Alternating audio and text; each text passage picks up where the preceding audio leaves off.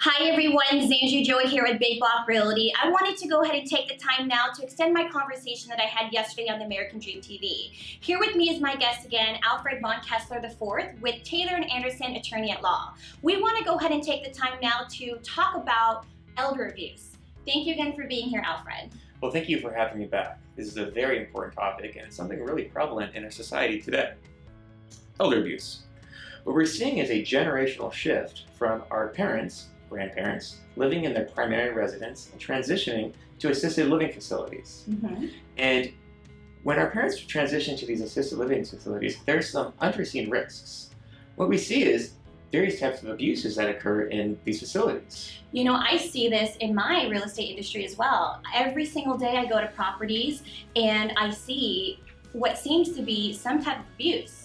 So tell me, what type of abuses are out there that are considered elder abuse? Yeah, so elder abuse is a very generic term. Okay. It's all-encompassing. But what does this mean? Basically, elder abuse, it comprises of three separate, independent actions or types of abuse. First is neglect, second is physical abuse, and third is financial abuse. Okay, so let's talk about neglect. What is a situation or a description of what neglect may be categorized as? So basically, neglect is not getting the care and attention you deserve. What we see is younger adults like us, we're able to vocalize our problems, our issues. If we're hurt or sick, we could go to the doctor. Right. Unfortunately, elders, they have all different types of medical conditions, from dementia, sometimes they can't talk, they can't even move. So when there's an issue, they cannot even seek the attention that they need. They're dependent on us. Right. And you know, this is very much relatable to me as a professional realtor. I'm hired by individuals every single day. I get phone calls every day from dependents, children, neighbors. And the hard part of this is that my fiduciary duty goes to the owner, the individual that's on title. And that's not always the individual that's contacting me.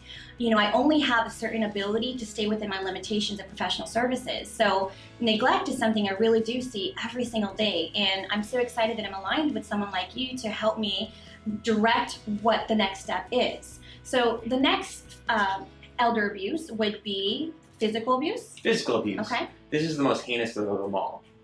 You don't quite see this in the family members, although sometimes you do. Okay. But when they transition into the assisted living facilities, what you find is understaffed caregiver levels in proportion to the residents, and the caregivers unfortunately get frustrated and they roughly handle our elders, creating significant risks. Their bones are frail, and they cause, unfortunately, significant injuries. Wow, you know, I haven't yet to see or encounter that in my industry, but again, when that does happen, I know who to go to. And the third type of elder abuse would be financial? Financial abuse. Okay. And I'm sure this is something that you see from time to time. I do. Unfortunately, that's too much. And financial abuse is basically using the assets of the elder towards some other purpose, for some other gain. And this is what we see families come in. You see the son or a daughter want the elder's house, and they kind of hastily kick them out of their house, unfortunately, and toss them into an assisted living facility. And it's very unfortunate we see out there. These people are defenseless, and we see their family, the trusted source, harm them. So other than yourself, someone like yourself, an attorney at law, who else can I reach out to get more information in case I happen to come across a scenario of elder abuse? There's two good sources. The first is, and I call it the first line of defense, is the elder's family. His wife, husband or wife, or their children. Most of the time, if you tell one of the children of a problem, 90% of the time it gets fixed. Okay. Unfortunately, there's about 10% of the time that it doesn't get fixed. So who do we go to? It's a good question. So there's resources out there. There's government agencies. For example, the California Department of Social Services. It's an entity or an agency that I align myself up with to investigate abuse and find potential remedies. First is getting the elder out of the facility. That's our first concern. Right. Safety. Get him out of harm's way.